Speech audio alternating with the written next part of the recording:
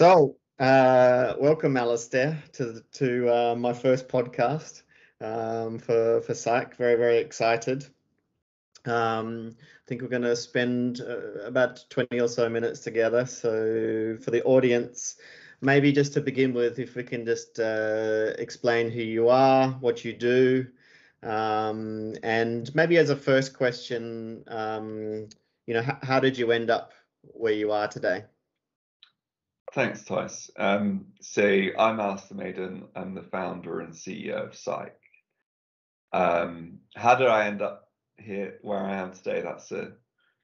That's an interesting question. Look, I was a legal director for ASDA. I was responsible for the contracts team. Like most in-house lawyers, I did lots of other stuff as well. So dabbled with IP. I was the data protection officer. But fundamentally, I could see, and I got deeply frustrated by the fact I could see that we could do law better. I think what I now call analog law was very reactive. I think most corporate legal teams were run as mini law firms. There was just such obvious opportunity for operational improvement and digitization that eventually I kind of took my hat off and threw it down and said, look, I've got to do something about this. So what was there was probably a moment in time, right, where you had that maybe internal conversation or even the conversation with your wife in terms of, you're going to jump ship, give up your day job, become an entrepreneur and start a company. What was the internal dialogue and conversation you had? Like, walk us through the conversation you had in your head or with your wife on that day. Yeah, well, I think there's a kind of there's a build up to it happening, which I think is really important. So I'd almost, thinking back, I'd almost compare it to a volcanic build up, really, because this is as good an opportunity as any to apologize to anyone who had to deal with me before I made that decision, because I was a deeply frustrated and disruptive senior lawyer in the organization.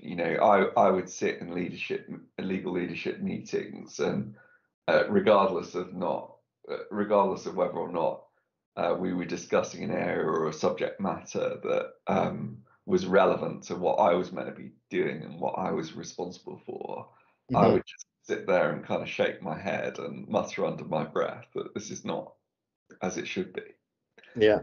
And within my own control, while I was at ASDA, I did a lot to rectify that. So, first of all, understanding the problems, and then and data mining to really get into the detail of that, and then redesigning the analog processes and engagement with external law firms, etc., and then digitizing that and creating something new and different and effective.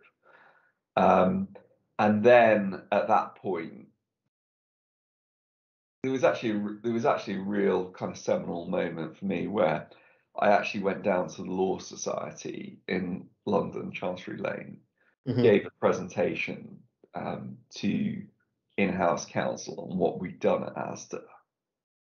And first of all, I was quite shocked because I thought there'd be about 20 people there, and the room was absolutely ram-packed, standing room only. So there was obviously a real appetite from corporate legal teams to actually change, and almost like a group recognition that they could be better. And then the second thing was I was slated to speak for 20 minutes, and there was actually an hour of questions afterwards. So, Wow. yeah, and there was a real kind of frisson in the air, and I remember, having a great night out afterwards with some of the guys. Actually, I invited some of the guys who I went to law school with, and there was a real excitement. And I got the train back the next day, and I just told Natalie, who I think a lot of people who know me know Natalie is my wife, and she later worked for SYKE.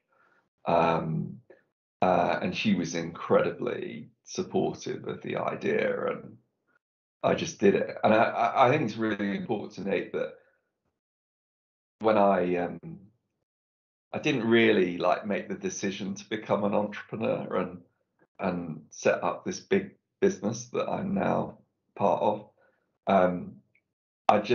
The decision I made was to do something about it. Mm-hmm. So, and in your mind, you talk about kind of the analog versus digital, which I think is a cool analogy. But what was the problem that you were, what was the problem that you're trying to solve when you started SYKE? And, we talked a bit before about how important it is to have a North Star. What do you think the North Star is for SYKE? Second question is more difficult than the first, so I'll deal with the first. So I came to a realization that dealing with things in a reactive way was not sustainable. I think when I arrived at ASDA, we had a 2-week SLA to respond to an email, which is totally ridiculous. And, I always tell this story, but I think everyone who's met me before knows that when I used to go into the building at ASDA, I had to use the service entrance, because if I went through the main atrium and upstairs and through the trading floor, it would take me up to half an hour to get to my desk in the morning. And it was people coming to me saying, "What's happening with this contract? Where is this? I want to terminate. I'm having a dispute." And I just couldn't cope with it, and nor could any of my team. And people were unhappy. So,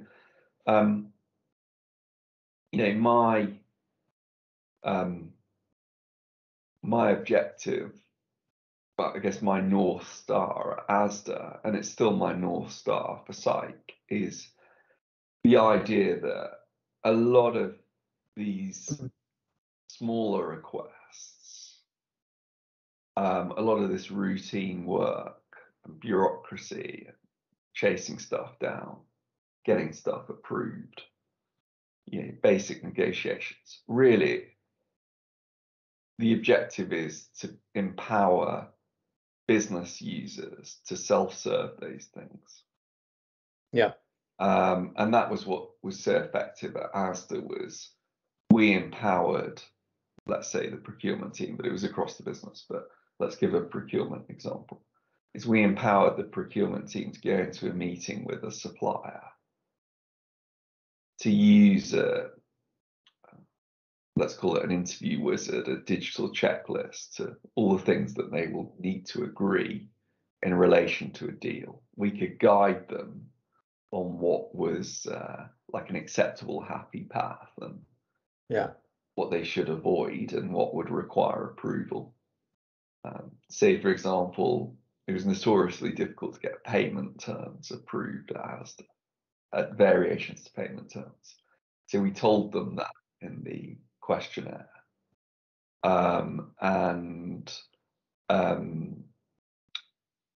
Hey presto, they stopped trying to vary the payment terms and negotiated a bit harder. But getting back to my point, they would go through this process with the supplier. They'd agree the deal. They'd get their contract immediately. If they'd gone down the happy path, the contract would be pre-approved. And they could get the supplier to sign the contract in the meeting. And there was a really interesting positioning thing about, most suppliers just signed it. They didn't actually send it to their lawyers to review it, which is interesting. But it's quite we're looking to, that level of empowerment, not just to the procurement team, but to the supplier as well. Yeah. It was, from where we were, it was magical. I wouldn't use that term lightly, but when I first sat in a meeting and saw it happen, I was just amazed that it could be so different to what we've been struggling against for so long. Yeah. Yeah, that's interesting. I think let's come back to that in a little bit. Like, let's talk about something maybe a little bit more personal. Like, I mean, obviously you're very successful. SYKE is doing great. One of the key things that I kind of think are important are around rituals. So what are your morning rituals? What are the top 5 things? Do you have them? Do you do something the same every day to kind of set your day? Like, how do you kind of begin your day every day? You know what? I'm actually really unstructured in the morning. I have a busy house. I have 3 kids, one of which is Livia is 10 weeks old. Yeah. So the morning tends to be really focused on them. And just getting everyone set up and getting ready in the morning. So this morning, for example, my first duty was to wake everyone up. And my second duty was to go and get some seriously strong coffee to wake me up. Yeah. So I don't really have, I'm not one of these guys. I don't get up at 5 in the morning. I don't, do an hour of yoga before I'm not like that. But I guess it's just that, I quite like to make sure that everyone in the family is set off on the right path, and then that allows me mentally to switch on to work. I start work quite early. I work long hours, so I kind of need that peace of mind that everyone is okay from a family perspective first. And do you find in your current role, I mean, we spend a lot of time advising GCs and in-house counsel to make sure they have the right balance of doing and thinking Yeah, in terms of the strategy. I mean, obviously the running of a company requires that as well. Do you set aside time, for you to do that thinking? And I yeah, mean, conscious yeah. that it's kind of, it's not always at your desk or anything like that, but where do No, you no, no. where do you do your best thinking? 2 things. Swimming. Yeah. Swimming is great for thinking. And I think it's because you're kind of immersed. And so when you're underwater or semi-underwater, then it blocks out stuff and you can just go through, and it's very, very programmatic and routine. So you kind of forget that you're swimming. And I do some of my best thinking when I'm swimming. Yeah. But my number one thinking spot is undoubtedly on the golf course. I absolutely, when I'm really stressed about something, I'm really lucky that I live right next to a golf course. I just literally go on, best to go on my own, work it out over 9 holes. I usually come back refreshed and energized. Yeah. Uh, it's golf's quite interesting, obviously, because if you're playing well, you only have to focus for 4 or 5 seconds in a each hole. The rest of the time, you can just think about other stuff. It's very Yeah. relaxing and therapeutic. So, but likewise, I don't think it has to be either of those things. It could be anything for me. It's just those things are convenient for me. And do you find you do your best thinking by yourself, or do you, tend to bounce your ideas off other people? Do you thrive on that, or how do you, what's your thoughts on that? Yeah, it's interesting. I think I mean you've experienced this yourself, but I have a fairly close group of trusted people that I'll talk to very regularly. Um, and but I think it's fair to say likewise I do have quite strong opinions on things. So I'm quite I think once my mind's set on something, I go for it. But I am also I think where I'm not good is sometimes I'll have like I'm quite good with directional thinking, but I'm not very good at detailed thinking. Yeah. So I'll be like, go and do this, please. But I trust the people close to me to actually make it happen. And I'm so reliant. We've got some absolutely fabulous people at SYKE who are great at implementing my crazy ideas. And that works pretty well for me. Yeah. What about coming back to, I mean, obviously we're a legal tech consultancy, or the original one. In terms of your North Star vision of, the legal tech process, data, let's call it North Star Nirvana. How far do you think the technology providers are away from achieving what is needed? And where do you see the gaps in the marketplace at the moment? Well, we're 5 years in SYKE, and I still think we're in the foothills of doing this. Yeah. And why are we in the foothills? I think you're still seeing quite a lot of consolidation in the market, and I still think the technology is generally rather difficult to implement. Yeah. I think bizarrely some corporates still like to implement the technology themselves, which never works. Yeah. There's that might account for, I don't know, 30% of them. I also think, and all the best providers are aware of this, that it's still the case mostly that you buy a shell product effectively, and then you need to kind of write the content into the product. Whereas I think most of the best providers are actually aware of that, and they are producing product with configurable content.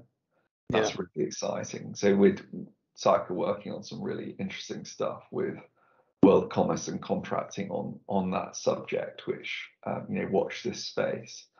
I think those things will make it so much easier for this technology to become widespread and adopted.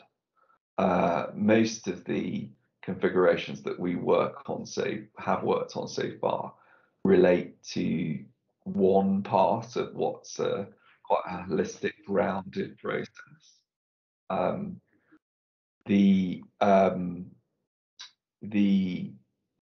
So for example, if you break the contract process down, I would say it's triage, creation, negotiation, approval, signature, storage, management. Most of the projects we've worked on so far focus on one, maybe two of those aspects rather than the end-to-end. Yeah. We have worked on projects that do focus on the end-to-end, and those are so much more impactful. I think the difference that we've got one customer, it's quite public, but they've had more than 20,000 contracts self-serve this year already. Yeah. That's such a game changer for that business. It's a seismic difference, and the reason that they've done so well is they've tried to address the holistic process rather than part thereof. So the massive opportunities, I think. Yeah. All right, switching it up a little bit. What about if you were asked to give a TED talk on something that isn't your main area of expertise? What would the TED talk be about, and why? I think it would probably be, and it's appropriate that I'm being interviewed by an Aussie, I think it would probably be about why Australia beat England at cricket. That's like a specialist subject for me. And you know, in an elevator speech, what would be the takeaway on that? Just purely to boost my ego. Just to boost your ego. No, I think it's just about. I mean, it actually touches back to some of the things that we've talked on earlier. So I just think essentially it's because Australians are relentlessly focused on beating the Poms, whereas It's true. yeah, whereas we get involved in all kinds of nonsense which is not related to that. If I was running English cricket, which it'd be great if I could do that one day, I'd just be like, stuff everything else. We just need to beat the Aussies. That is, and I do think that getting back, I mentioned earlier that directional clarity is so important in any organisation. I know you're going to go on to interview some of the leading figures in legal technology, and I think you'll probably find from all of them that clarity of direction. And I think that's just absolutely critical. Yeah, well, we'll have to try and line up that TED slot for you. Yeah. What about if you think of the word success, who's the first person that comes to your mind and why? Oof. Do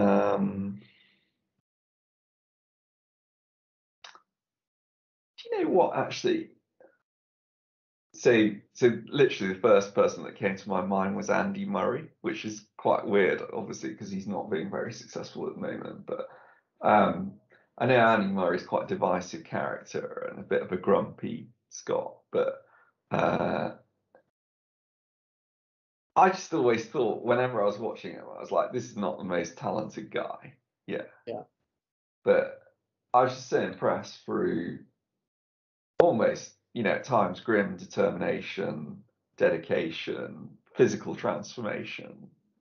He was able to compete with the greatest tennis players ever. Yeah. And win. And also the astonishing pressure when he first won Wimbledon. I mean, I just found that incredible. Yeah, he definitely came out at a time where some of the greatest players in the game came, right? So Federer, Nadal, Djokovic, to compete with those guys. Yeah, I think it is definitely a big accomplishment. That's for sure. It literally has ruined him physically. That's how difficult it was. Yeah. But I think he'll always have he's always going to be one of the greatest British players of all time. Yeah. Couple more questions and then we'll wrap up. So the next one is, what advice would you give to your younger self, whether it's, prior to uni or leaving uni, now that you're older and wiser?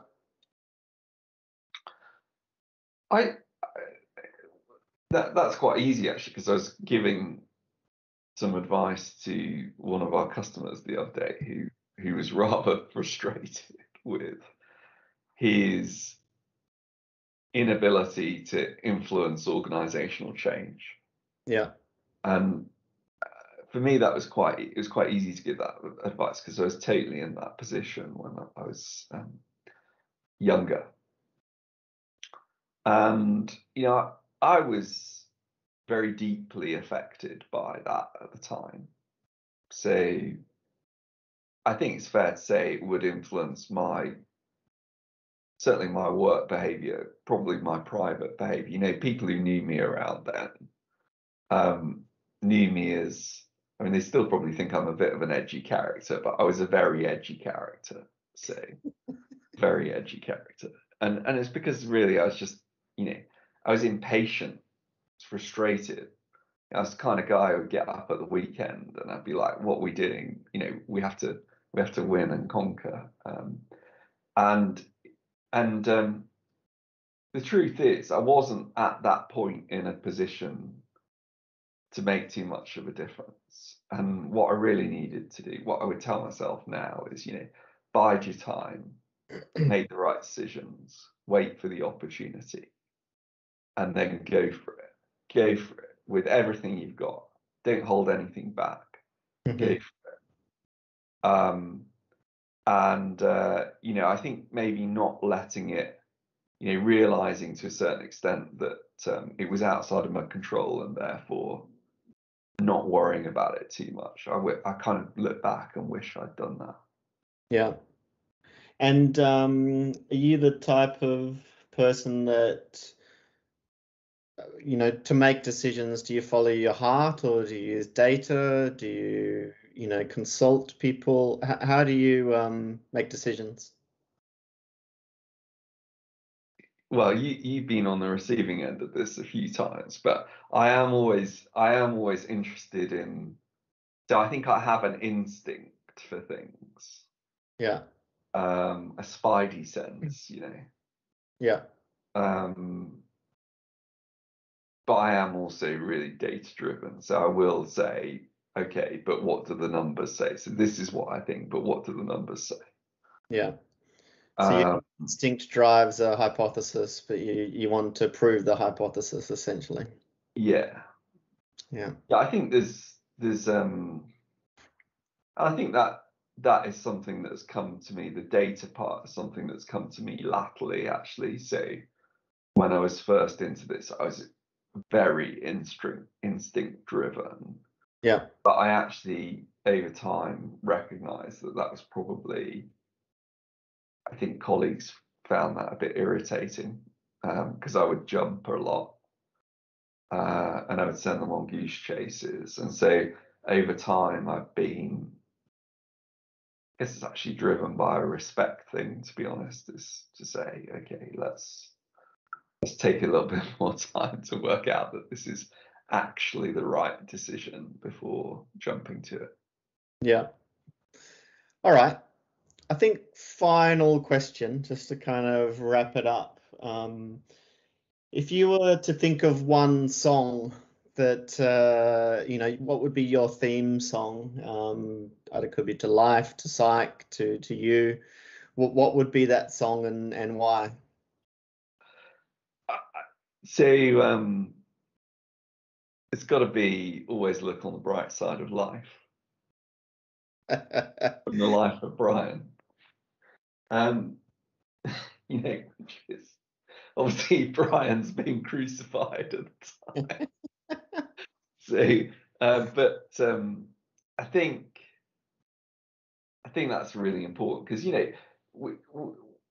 most of the people listening to this podcast, whether they're students or they're starting out as trainees or down a legal tech path, or they're busy corporate lawyers or whatever, it is so hard not to. I mean, it's so busy and stressful and pressured.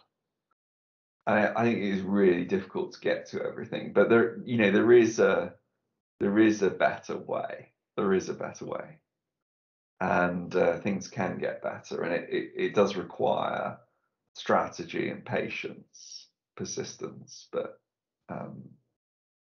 things are always brighter. Excellent. All right. Well, that's it. Thank you very much. Thanks for your time, and obviously I'll be speaking to you soon. Yes.